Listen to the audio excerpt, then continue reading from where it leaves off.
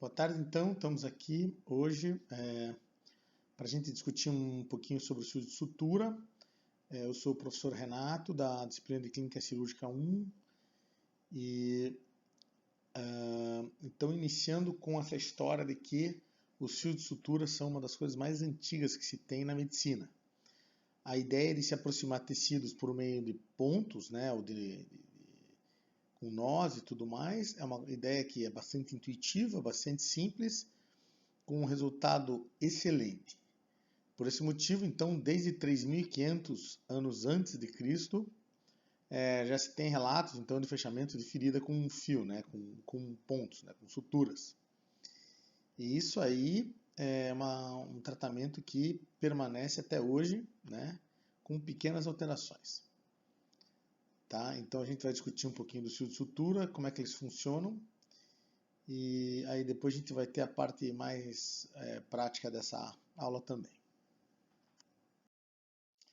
Muito bem, então esse slide aqui é uma cortesia do professor Sigvald, né? Ele fez questão de colocar esse slide na aula com essa discussão do homem ideal.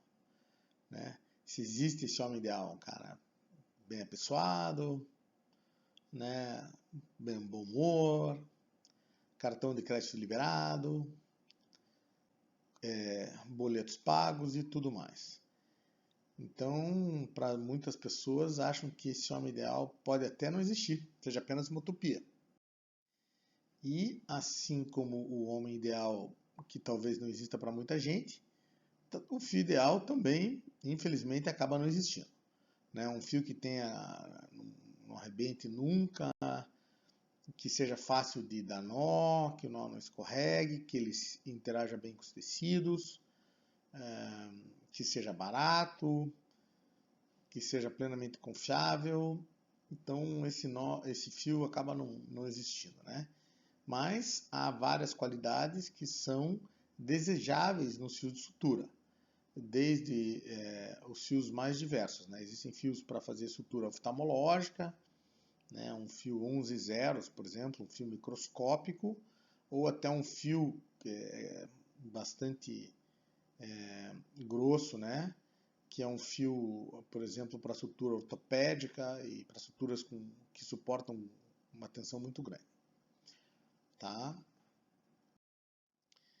Então, qualidades desejáveis a fios de sutura, né, comuns a qualquer fio para qualquer situação, são principalmente que ele tenha uma grande resistência à tração e à torção, né, que ele não se parta quando você faz um nó dele, que ele faça uma mínima lesão tecidual, tenha um calibre bastante irregular, que ele favoreça a cicatrização, né, que ele suscite uma reação inflamatória muito grande do organismo pela sua presença, seja de fácil esterilização, fácil manuseio, seja bom para dar nozinho, tem uma elasticidade adequada, quer dizer, ele não estique muito, não pode ser um elástico, né? Senão ele não mantém os tecidos com a posição adequada. Essa questão da memória eu vou explicar para vocês, né? Quer dizer, você, quando manuseia o fio, se ele tem memória, ele fica para onde você fez a última força, ao invés de voltar para o meio da ferida. Isso aí dificulta um pouquinho o manejo. A velocidade de absorção do fio idealmente não seria afetada por líquidos orgânicos, tais como bile, suco gástrico, secreções pancreáticas e assim por diante. Ter baixa capilaridade quer dizer o quê? Um fio que não seja tão poroso, assim, não seja tanto... não tenha tanto espaço entre as fibras do fio, né? E isso aí dificulta a colonização pelas bactérias naquele local, né? Então, baixa capilaridade significa uma menor chance de infecção, no qual o fio poderia servir de nicho, de colonização bacteriana. O fio não pode causar alergia e, na sua degradação, não pode também deixar no organismo substâncias que possam causar eventualmente câncer e assim por diante. E, muito importante, é o custo, né? É um fio muito caro, não adianta que o pessoal não vai usar mesmo. Bom, nesse slide aqui, eu mostro para vocês uma questão da classificação dos fios. Tá? Então, os fios eles são classificados de uma maneira bem sistemática e é a forma pela qual a gente procura dizer que tipo de fio que a gente está usando, né? Então, quando você quer fazer uma sutura, por exemplo, de pele, você vai buscar um tipo de fio. Quando você vai fazer uma sutura intestinal, você vai buscar um tipo de fio. Quando você vai fazer uma sutura de tendão, você vai buscar um tipo de fio. Então, a classificação ela é a seguinte, né? O fio pode ser monofilamentar, quando ele é um cabinho único, e quando você secciona aquele fiozinho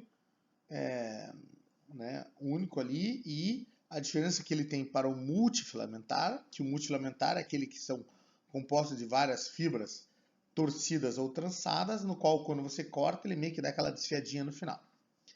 Tanto fio monofilamentares como multifilamentares, eles podem ser absorvíveis ou não absorvíveis. Um fio absorvível é aquele que perde a sua força de tração antes de 2 meses. Certo? Então, esse é o fio absorvível. Um fio não absorvível ou permanente é aquele fio que mantém a sua força de tração por 60 dias ou mais. Isso quer dizer, então, que um fio mesmo não absorvível, ele pode, ao longo de vários anos, ser degradado também. Tá? Mas ele permanece no organismo por bastante tempo. Existem também os fios sintéticos ou fios naturais. A gente já discutiu isso aí, qualquer um sabe que as suturas vêm de um longo tempo. Então, obviamente as pessoas não conseguiam sintetizar um fio. Então eles pegavam os fios que já viam na natureza. Os fios naturais são não absorvíveis. O algodão, a seda e o linho foram usados por vários séculos. Aí depois veio o primeiro fio absorvível que existiu, que foi um fio derivado do colágeno da submucosa do ovino ou do bovino, que é o famoso internacional fio de catgut, né? E ao longo do século XX e agora no século XXI, o pessoal vem sintetizando um grande número de fios sintéticos que vêm melhorar as qualidades dos fios naturais, né? Então, um fio mais resistente, um fio mais duradouro, um fio principalmente com menor resposta imunológica do corpo, tá? Então, tem um grande número de fios aí sintéticos, tanto monofilamentares como multifilamentares, absorvíveis ou não absorvíveis.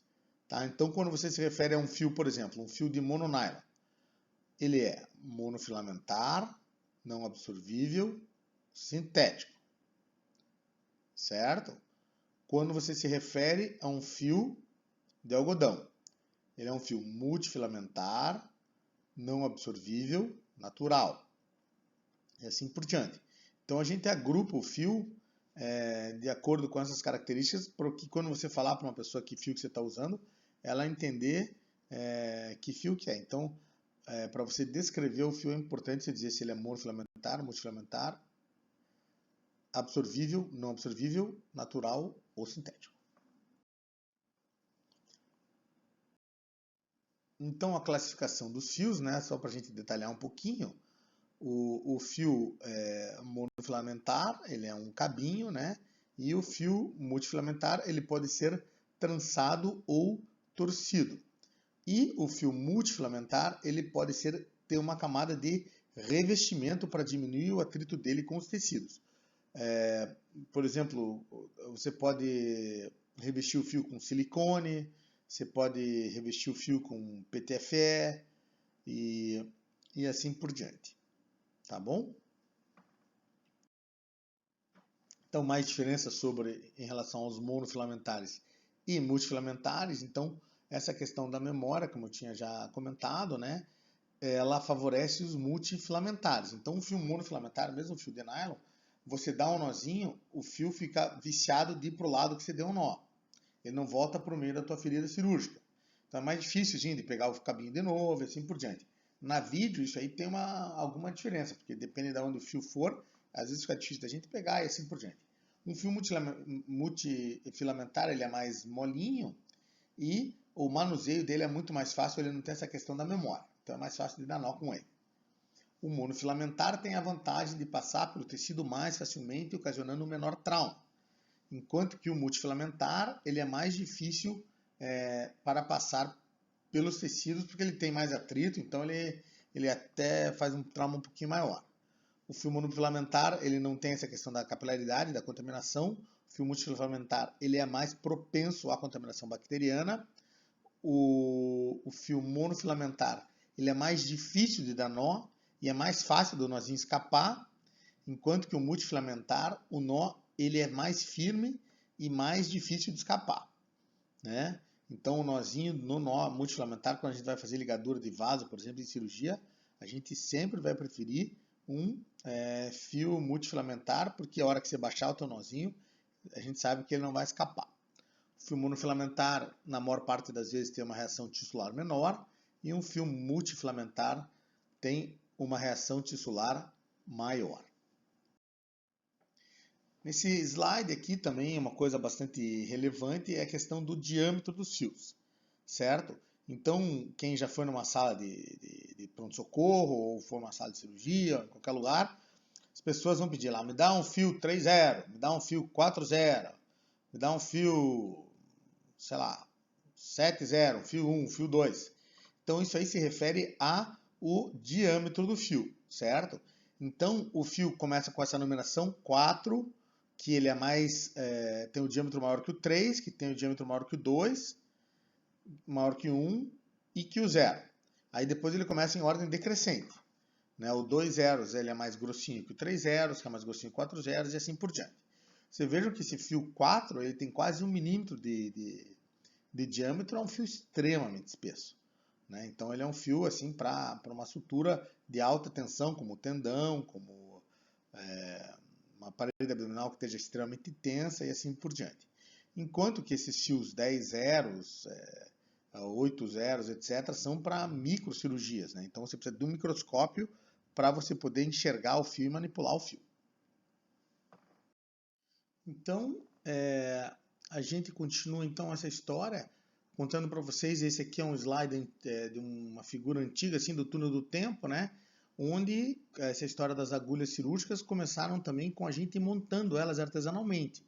Então eram agulhas assim retas e depois curvas, né, que o pessoal usava para fazer as suturas. Não existia nem sequer porta-agulha e o pessoal, o instrumentador cirúrgico passava o fio pela bundinha ali da agulha, né, pela parte de trás da agulha, e aquele fio era usado para passar um ponto. No início uma agulha reta, você passava um ponto e às vezes uma outra pessoa já amarrava aquele fio, você já estava passando um outro ponto e você conseguia fazer um fechamento, por exemplo, da parede abdominal. Eu já vi vários cirurgiões antigos que faziam anastomoses gastrointestinais usando agulha reta, né? E ao longo do tempo isso aí foi sendo substituído pelas agulhas curvas, né? Então a agulha curva, que ela carece de um porta-agulha para você manejar ela é uma agulha que ela tem uma precisão muito maior, você consegue ter uma noção muito melhor da quantidade de tecido que você pega, ela é muito mais precisa, então ela é muito mais preferida nos dias atuais. E as agulhas curvas também, você tinha que montar de início, né?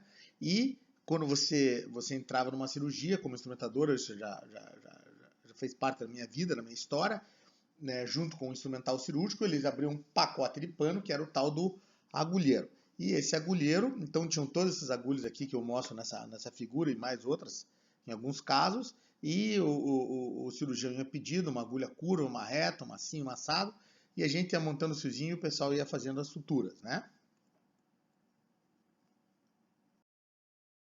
Então vejam que aquilo foi evoluindo, né? Então, por exemplo, nessa lado esquerdo ali vocês veem uma agulha chamada, agora é uma agulha atraumática, né? Que ela já vinha montado direto no fio.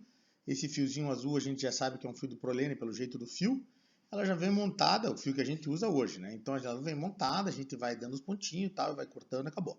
E a B, para a gente ter uma ideia, é um fio que foi montado pelo instrumentador, então ele passou aquele fio pelaquela agulha, né? Ele chama-se isso, montar a agulha, e o cirurgião foi usando, certo? A gente tem também uma explicação sobre essa questão das agulhas curvas, né? Dentro das agulhas curvas, elas têm de vários tipos, como a gente mostra ali naquela figura ali dos shapes. Então ela tem essa que pode ser 1/4 do círculo, né? É uma agulha que se aproxima um pouquinho mais de uma agulha reta, certo? Enquanto que a agulha 3/8 do círculo é um pouquinho mais curva já, a agulha que é metade do círculo é uma agulha já bastante curvada, e a 5/8 é uma agulha bem curvada mesmo, certo? Então, dependendo de cada uma situação, a gente vai usar um tipo de agulha. A ponta da agulha também tem várias formas dela ser feita, certo? Então, a gente tem que imaginar que o corpo da agulha ele pode ser cilíndrico, ele pode ser achatado ou ele pode ser triangular. E a ponta da agulha, ela pode ser um cilindro que vai se afilando, né? Chama essa taper point ali, como a gente mostrou. Em algumas situações a gente tem uma agulha, inclusive, que a ponta dela é cega.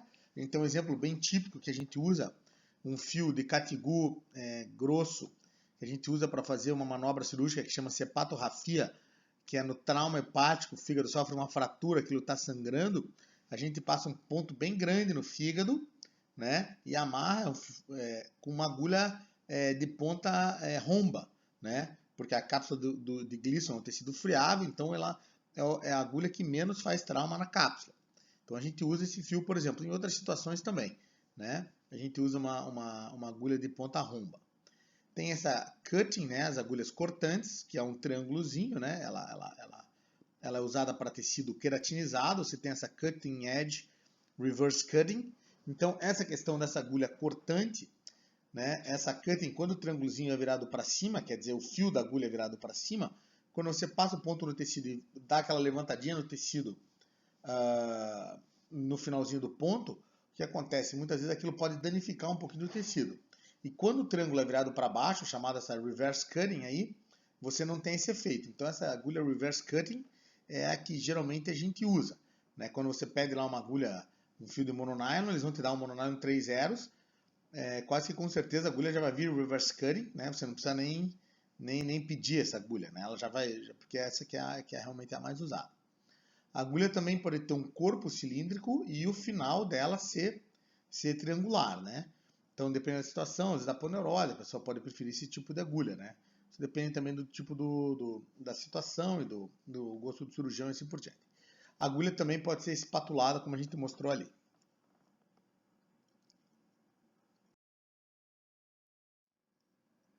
Então agora eu vou mostrar para vocês aqui, né, essa é uma embalagem de fio de sutura, quanta coisa a gente pode saber de uma simples embalagem de fio de sutura, né?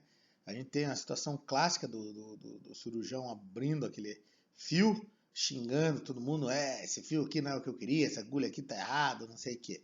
Então, o que falta às vezes às pessoas é dar uma olhadinha no fio e conferir antes de você abrir o fio, se aquele fio, se aquela agulha, se aquilo é do jeito que você quer, certo? Então veja só, por exemplo, ele mostra o diâmetro da agulha, ele mostra que o fio é um fio monofilamentar, ele mostra a marca do fio, o diâmetro do fio e a extensão do fio. Então a agulha ela está bem detalhada ali na embalagem. O tipo do fio, preto, monofilamentar, não absorvível, certo? A extensão 45 centímetros, é um fio 5 zeros e uma agulha 3/8 do círculo. Então você tem todos os detalhes que você precisa na tua caixinha do fio.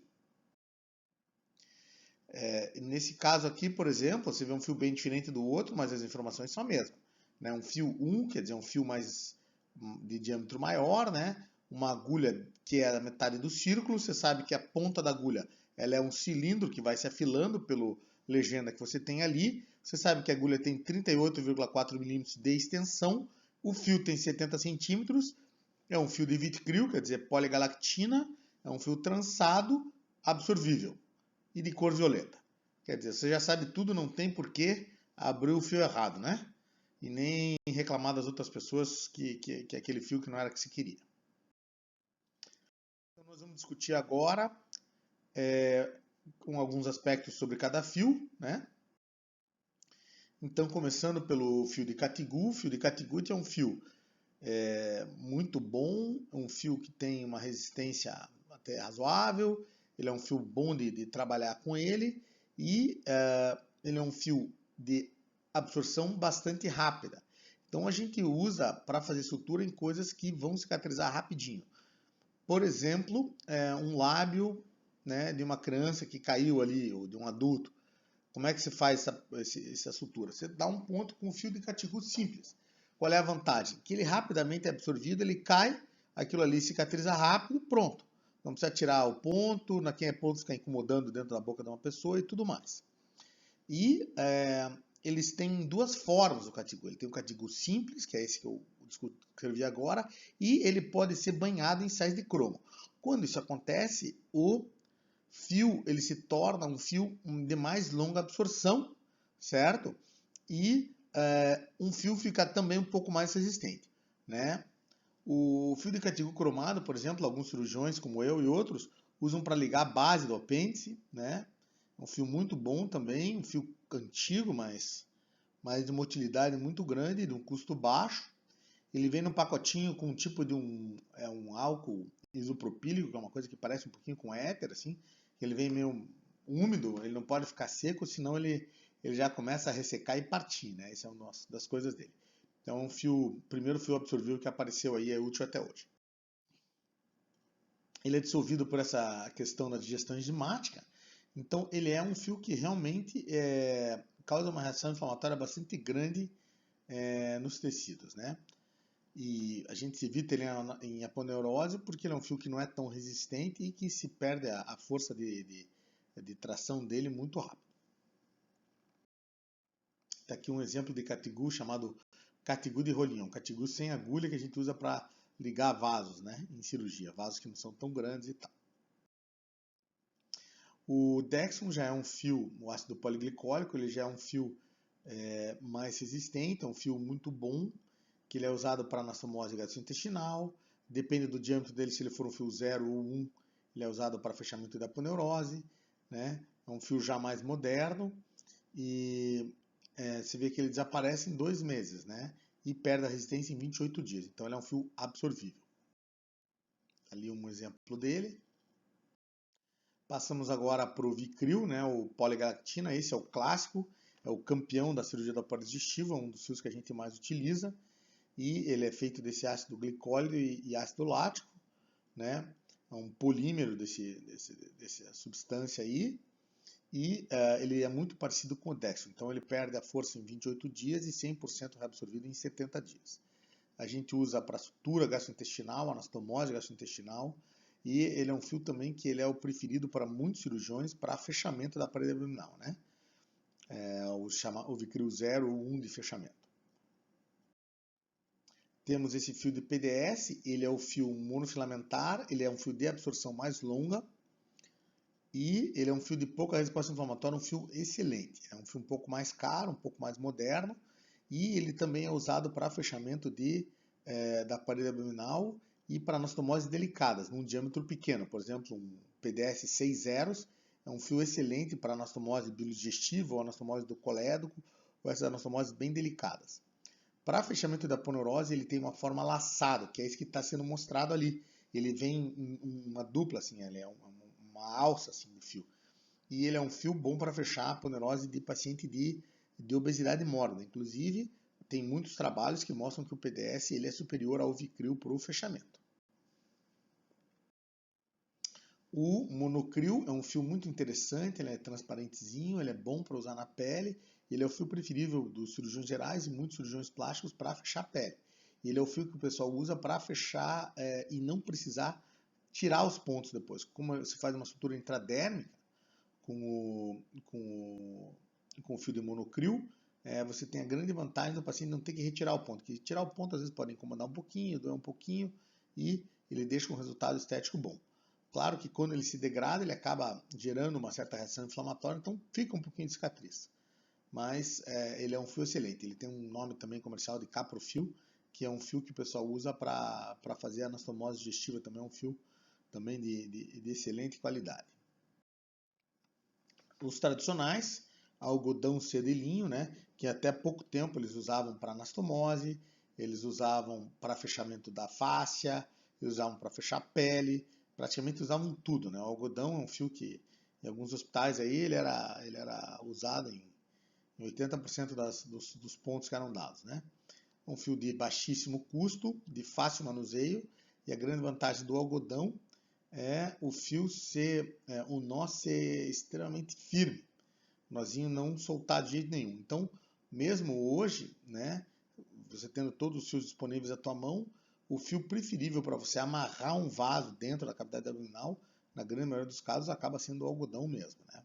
É um fio muito bom. Sedelinho no Brasil se usa pouco, nos Estados Unidos eles usam bem mais, assim, é mais comuns o fio. Mas as características dos três são muito similares, né? Eles são multifilamentares, são fios naturais, eles têm alta resistência e causam uma grande reação inflamatória. São comuns os granulomas de fio que a gente vê em pacientes que fizeram laparotomia, uma cirurgia e foi fechado com algodão, daqui a pouco a ferida, 3 ou 5 anos depois, ou 10 anos depois, ela começa a vazar.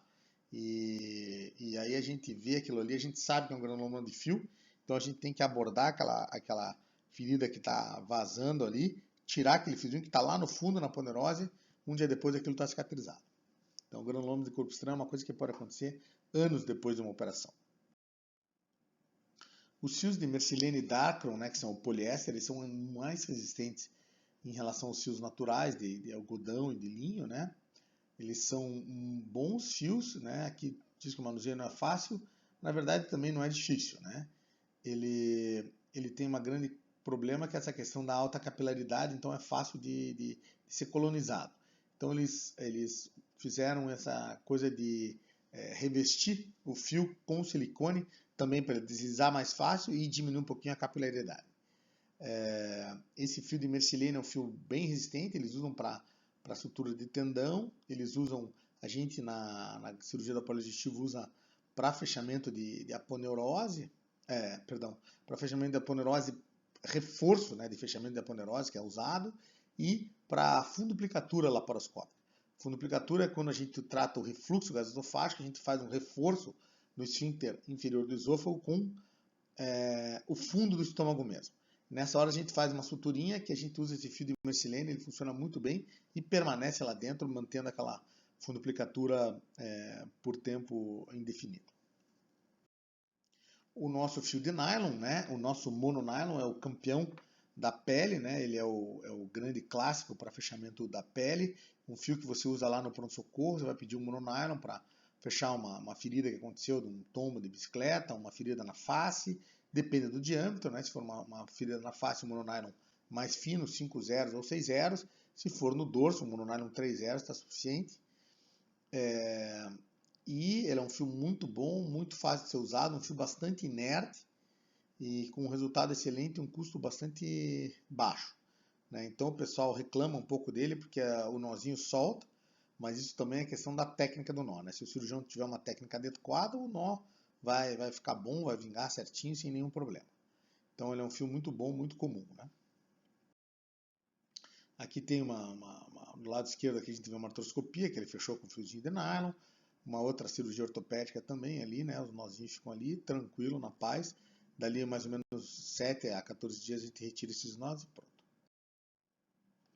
O fio de prolene também é um fio que eu gosto muito, particularmente eu uso esse fio para fechar a grande maioria das laparotomias que eu faço, né? Porque ele é um fio inabsorvível, então ele mantém bastante a força de tensão dele, é um fio que faz um baixa trauma no tecido quando ele passa, ele capta bem as bordas, e o pessoal da cirurgia vascular também usa ele muito para anastomose vascular. Ele é uma corzinha azul, muito bom fio, e a única óbice quando a gente fecha uma aponeurose com ele, que como ele fica lá, e ele é monofilamentar, ele fica aquele cabinho meio duro, às vezes o paciente consegue palpar o nó, mesmo anos depois da cirurgia, e aquilo pode incomodar um pouquinho o paciente, às vezes a gente tem que tirar o nó do prolene. Não que ele faça granulomas, ele simplesmente incomoda um pouquinho. Isso é uma situação rara, mas os benefícios dele para fechamento são muito grandes. Então é um fio muito bom também de custo barato. Aqui os exemplos dele, você vê que ele é um fio que ele se ajusta bem, ele é um fio bom de mexer, bem liso, faz uma excelente cooptação, uma excelente resistência também. Eles usam esse mais grosso, 3 zeros, para sutura de grandes vasos, como cirurgia cardíaca, como sutura na veia cava ou na aorta, é um proleninho 3 zeros, né? Já é para sutura vascular um fio bem grosso. O Teflon também é usado para tela, principalmente, e também para sutura na cirurgia plástica, né? O cirurgião geral usa um pouco menos esse fio, também é um fio muito bom.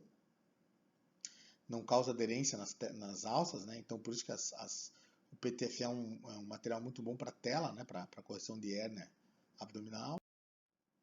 Aqui está um exemplo dele, não faz aderência.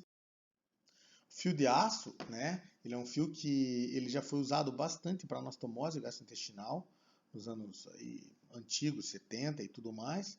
Ele é um fio que veio cedo, né? Mas eles mostraram que o fio ele se degrada, não é muito bom de lidar com ele. Então, na cirurgia abdominal, ele é muito menos usado. Ainda se usa para sutura principalmente do externo. Né? Do externo, ele é imbatível. Né? Então, você vê aquele paciente que tem uma cirurgia cardíaca, você olhando o raio-x dele, você vê aquelas clássicas pontos, né, de aço ali da esternorrafia. Então, é um fio também extremamente confiável, extremamente poderoso e que ao longo de muitos anos ele vai devagarzinho se degradando, mas é um processo extremamente longo e a grande maioria dos pacientes morre com os pontinhos lá de aço ali no peito, né?